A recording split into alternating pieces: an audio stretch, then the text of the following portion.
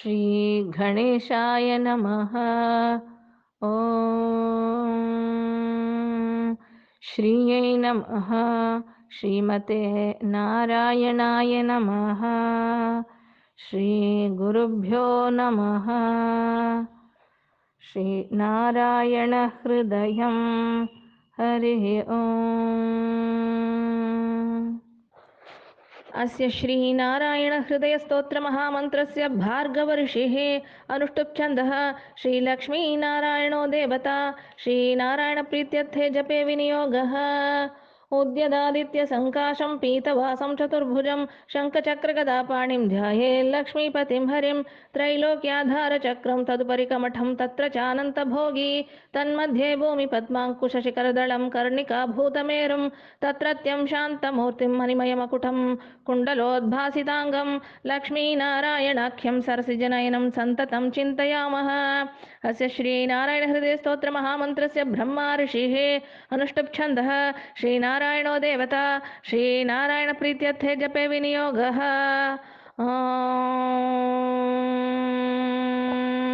नारायणः परं ज्योतिरात्मा नारायणः परः नारायणः परं ब्रह्म नारायण नमोऽस्तुते। नारायणः परो देवो धाता नारायणः परः नारायणः परो धाता नारायण नमोऽस्तुते। नारायणः परं धाम ध्यानं नारायणः परः नारायणः परो धर्मो नारायण नमोऽस्तुते। नारायणः परो देवो विद्या नारायणः परः विश्वं नारायणः साक्षान्नारायण नमोऽस्तुते। नारायणाद्विधिर्जातो जातो नारायणाद्भवः जातो नारायणादिन्द्रो नारायण नमोऽस्तुते। रविर्नारायणस्तेजश्चन्द्रो नारायणो महः वह्निर्नारायणः साक्षात् नारायण नमोऽस्तुते।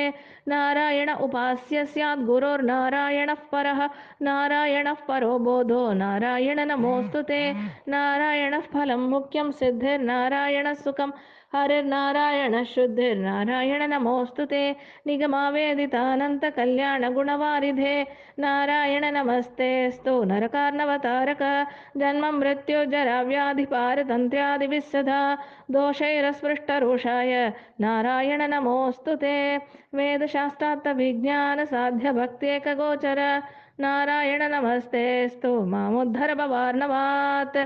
नित्यानन्दमहोदार परात् परजगत्पते नारायण नमस्तेऽस्तु मोक्षसाम्राज्यदायिने आब्रह्मस्तम्भपर्यन्तमखिलात्ममहाश्रय सर्वभूतात्मभूतात्मन्नारायण नमोऽस्तुते। पालिताशेषलोकाय पुण्यश्रवणकीर्तन नारायण नमस्तेऽस्तु प्रलयोदकशायिने निरस्तसर्वदोषाय भक्त्यादिगुणदायिने नारायण नमस्तेऽस्तु त्वां विना न हि मे गतिः धर्मार्थकाममोक्षाख्य पुरुषार्थप्रदायिने नारायण नमस्तेऽस्तु पुनस्तेऽस्तु नमो नमः।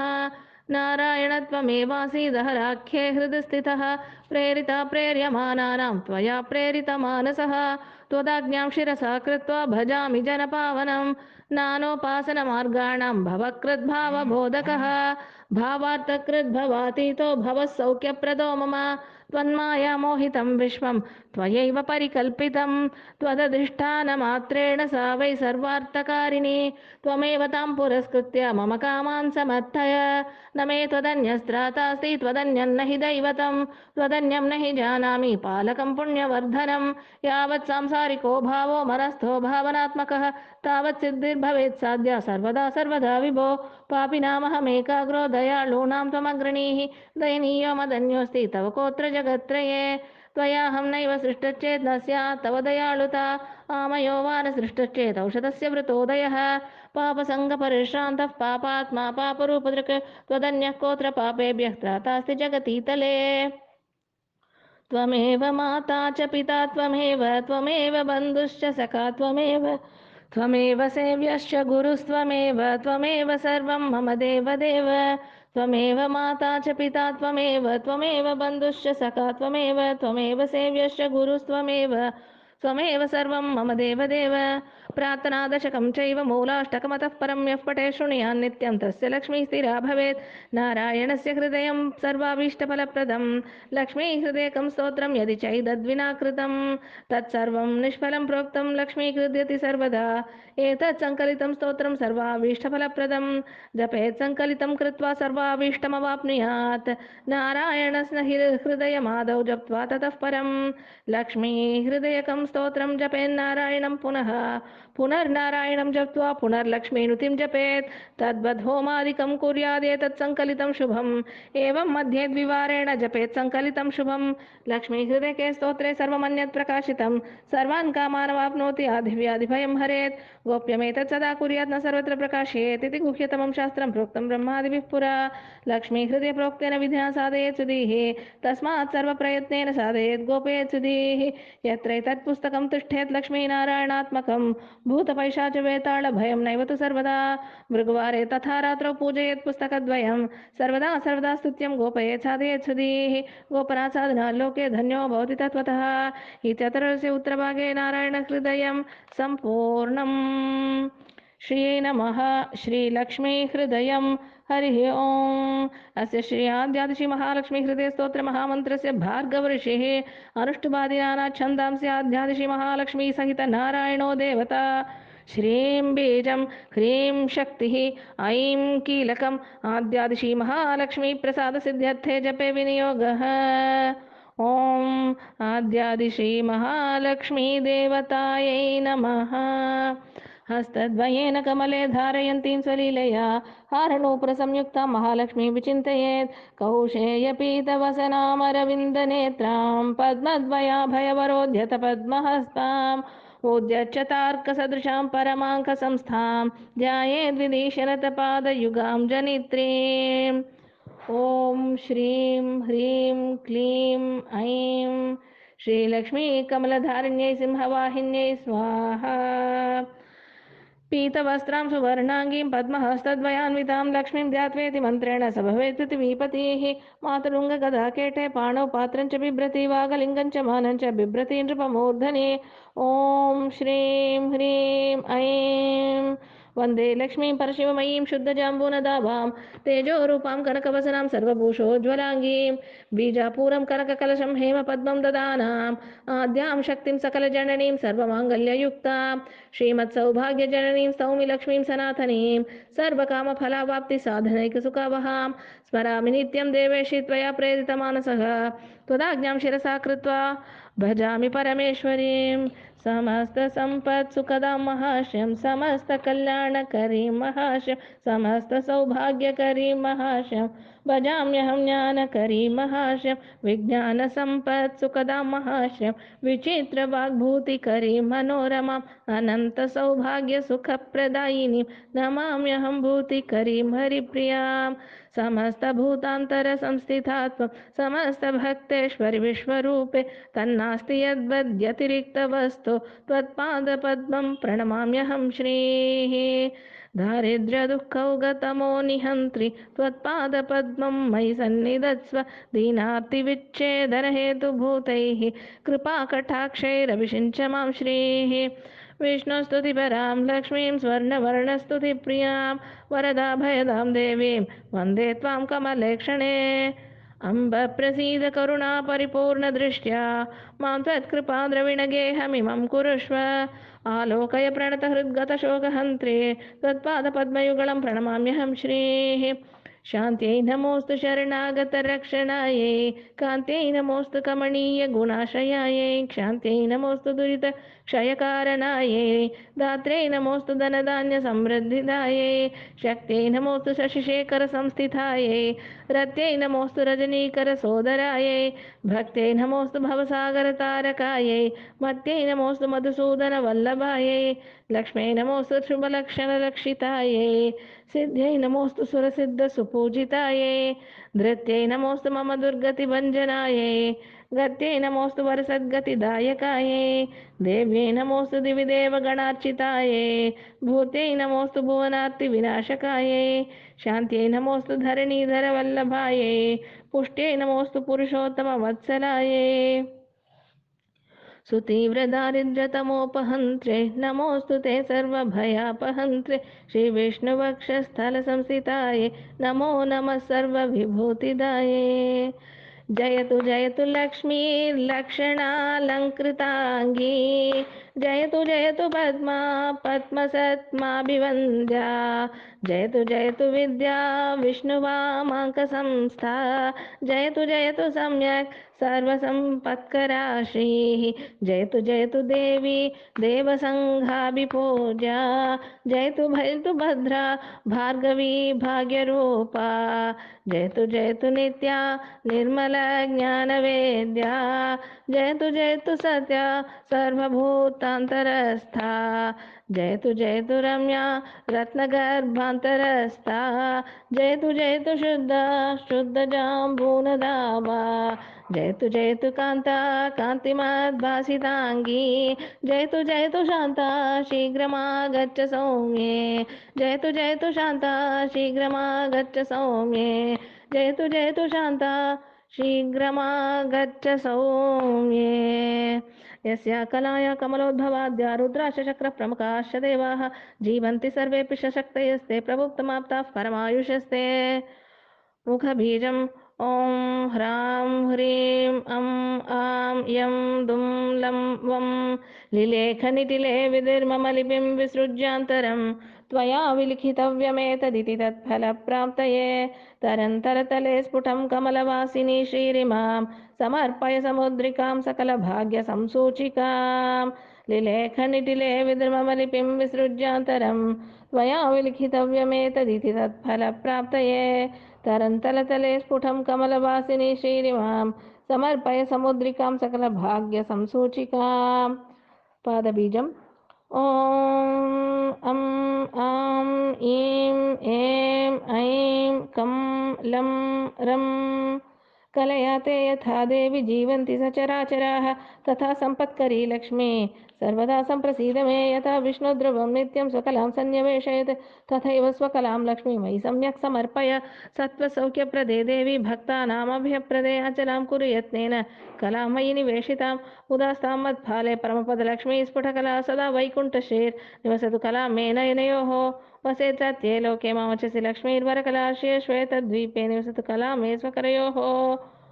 नेत्रबीजम् ॐ ग्रां ग्रीं ग्रैं ग्रैं ग्रौं ग्रौं ग्रं ग्रह तावन्नित्यं ममाङ्गेषु क्षीराब्धौ श्रीकला वसेत् सूर्याचन्द्रमसौ यावत् तावल्लक्ष्मीपतिश्रियौ सर्वमङ्गलसम्पूर्णा सर्वैश्वर्यसमन्विता आद्यादिशी महालक्ष्मी त्वत्कलामयि तिष्ठतु अज्ञानतिमिरं हन्तुं शुद्धज्ञानप्रकाशिका सर्वैश्वर्यप्रदा मेस्तु त्वत्कलामयि संस्थिता अलक्ष्मीं हरतु क्षिप्रं तमः सूर्यप्रभायता वितनोतु मम श्रेयस्त्वत्कलामयि संस्थिता ऐश्वर्यमङ्गलोत्पत्तिस्त्वत्कलायां निधीयते मयि तस्मात् कृतार्थोऽस्मि पात्रमस्मि स्थितेस्तव भवदावेशभाग्यार्हो भाग्यवानस्मि भार्गवी त्वत्प्रसादात् पवित्रोऽहं लोकमातर्नमोऽस्तु ते पुनासि मां त्वत्कलयैव यस्मात् ततः समागच्छ ममाग्रतस्त्वं परं पदं श्रीर्भव सुप्रसन्ना मय्यच्युतेन प्रविशादिलक्ष्मीः श्रीवैकुण्ठस्थिते लक्ष्मी समागच्छ ममाग्रतः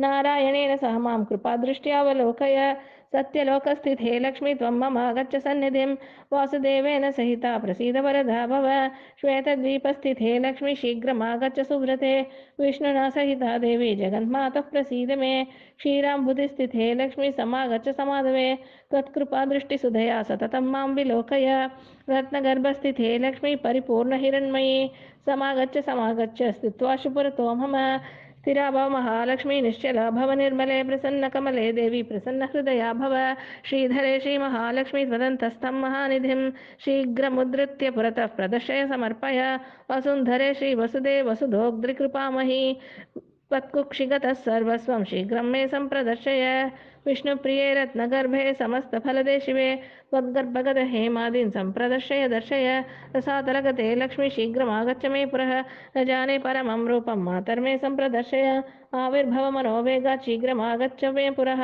मावत्सवैरिहेत्युक्त्वा कामं गौरिव रक्ष मां देवि शीघ्रं ममागच्छ धरणी गर्भसंस्थिते मातस्तद्भृत्य वृत्योऽहं मृगये त्वां कुतूहलात् उत्तिष्ठ जागृहि मयि समुत्तिष्ठ सुजागृहि अक्षय्यान् हेमकलशान् सुवर्णेन सुपूरितान् तान् निक्षेपान् मे समाकृष्य समुद्धृत्य ममाग्रतः समुन्नतादृणा भूत्वा सम्यक् देहि धरातलात् मत्सन्निधिं समागच्छ मदा हितकृपारसा प्रसीद श्रेयसां दोग्ध्री लक्ष्मीर्मेनयनाग्रतः आत्रोपविश्य लक्ष्मी त्वं स्थिरा भव हिरण्मयी सुस्थिरा भव सम्प्रीत्या प्रसन्ना वरदा भव आनीतां सुत्वया देवी निधीन् वै सम्प्रदर्शय आद्यक्षणेन सहसा दत्त्वा संरक्ष मां सदा मयि तिष्ठ तथा नित्यं यथेन्द्रादिषु तिष्ठसि अभयं कुरु मे देवी महालक्ष्मी नमोऽस्तु ते समागच्छ महालक्ष्मी शुद्धजाम्बूनदस्थिते प्रसीद पुरतस्थित्वा प्रणतं मां विलोकय लक्ष्मीर्भुवङ्गता भासि यत्र यत्र हिरण्मयी तत्र तत्र स्थिता त्वं मे तव रूपं प्रदर्शय क्रीडन्ति बहुधा भूमौ परिपूर्णकृपामयी मम मूर्धनि ते हस्तमविलम्बितमर्पय फलभाग्योदये लक्ष्मी समस्तपुरवासिनी प्रसीद मे महालक्ष्मी परिपूर्णमनोरथे अयोध्यादिषु सर्वेषु नगरेषु समास्थिते वैभवैर्विविधैर्युक्ते समागच्छ मुदान्विते समागच्छ ममाग्रे भव सुस्थिरा करुणारसनिष्यन्द नेत्रद्वयविलासिनी सन्निधत्स्व महालक्ष्मी त्वत्पाणिं मम मस्तके करुणासुदया मां तमविषिच्य स्थिरं कुरु सर्वराजगृहे लक्ष्मी समागच्छ बलान्विते स्थित्वा पुरतो मेद्य प्रसादेनाभयं कुरु सादरमस्तके हस्तं मम त्वं कृपयार्पय सर्वराजस्थिते लक्ष्मी त्वत्कलामयि तिष्ठतो आद्यादिशि महालक्ष्मी विष्णुवामाङ्कसंस्थिते प्रत्यक्षं कुरु मे रूपं रक्ष मां शरणागतं प्रसीद मे महालक्ष्मी सुप्रसीद महाशिवे अचला भव सुप्रीता सुस्थिरा भव मद्गृहे यावत् तिष्ठन्ति वेदाश्च यावत् चन्द्रदिवाकरो यावद् विष्णुश्च यावत् त्वं तावत् कुरु कृपां मयि चान्द्रीकला यथा शुक्ले वर्धते सा दिने दिने तथा दयाते मय्येव वर्धतामभिवर्धतां यथा वैकुण्ठनगरे यथा वै क्षीरसागरे तथा मद्भवने तिष्ठ स्थिरं श्रीविष्णुना सग योगिनां हृदये नित्यं यथा तिष्ठसि विष्णुना तथा मद्भवने तिष्ठ स्थिरं श्रीविष्णुना सह नारायणस्य हृदये भवति यथास्ते नारायणोऽपि तव हृत्कमले यथास्ते नारायणस्त्वमपि नित्यविभू तथैव तौ तिष्ठतां हृदि ममापि दयान्वितौ श्रीः विज्ञानवृद्धिं हृदये कुरु श्रीः सौभाग्यवृद्धिं कुरु मे गृहे श्रीः दयासुवृष्टिं कुरुतां मयि श्रीः सुवर्णवृष्टिं कुरु मे करे श्रीः नमां त्यजेता शतकल्पवल्ली सद्भक्तिचिन्तामणिकामधेनो नमां त्यजेता बहुसुप्रसन्ने गृहे गळत्रेषु च पुत्रवर्गे कुक्षिबीजम् ॐ अं आं ईं ऐं ऐं आद्यादिमाये त्वमजाण्डबीजं त्वमेव साकार निराकृति त्वं त्वया धृताशाब्जभवाण्डसङ्गाः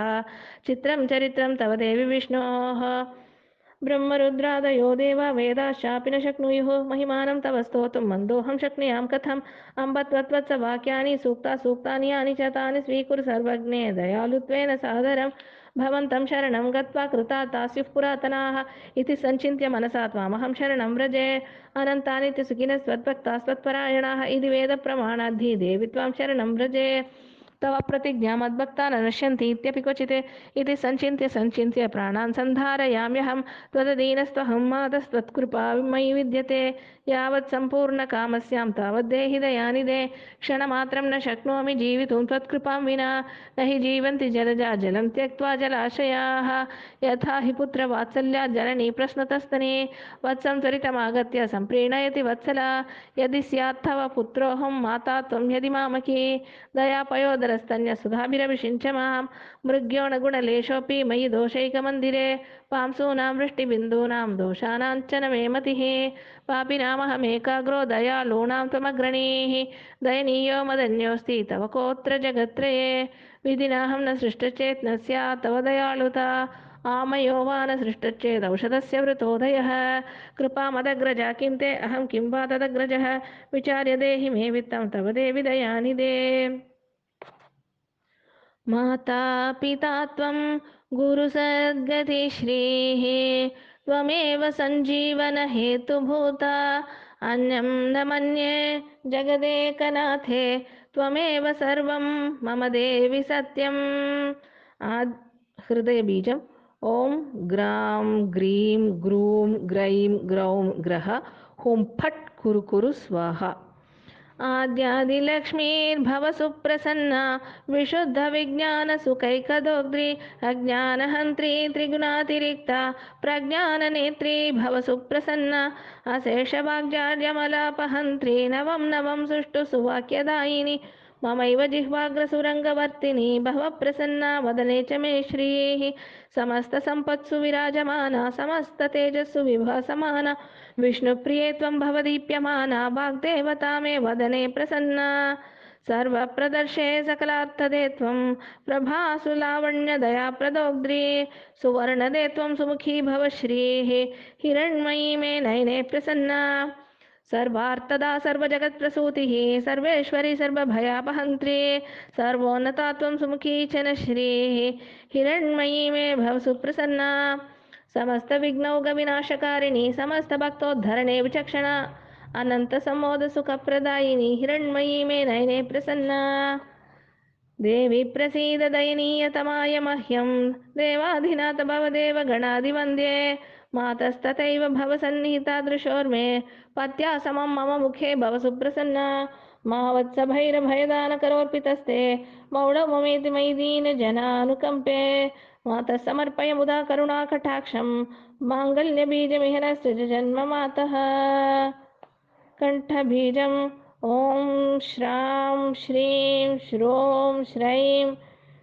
श्रौं श्रं श्राः कटाक्ष इह कामधुक्तव मनस्तु चिन्तामणिः करसुरतरु सदा नवनिधिस्त्वमेवेन्दिरे भवेत् तव दयारसोरसरसायनं छान्वहं मुखं तव कलानिधिर्विविधवाञ्छितार्थप्रदम् यथा रसस्पर्शनतो यशोऽपि सुवर्णता स्यात् कमले तथा ते कटाक्षसंस्पर्शनतो जनानाम् अमङ्गलानामपि मङ्गलत्वं देहीति नास्तीति वचः प्रवेशात् भीतो रमे त्वां शरणं प्रपद्ये अतः सदास्मिन्नभयप्रदात्व सहैव पत्या मम सन्निधेहि कल्पद्रुमेण मणिना सहिता सुरम्या श्रीस्ते कलामयीरसेन रसायनेन आस्तामतो मम च दृक्करपाणिपाद स्पृष्ट्या सुवर्णवपुषस्थिरजङ्गमा स्युः आद्यादिविष्णो स्थिरधर्मपत्नी त्वमम्ब पत्या मम सन्निधेः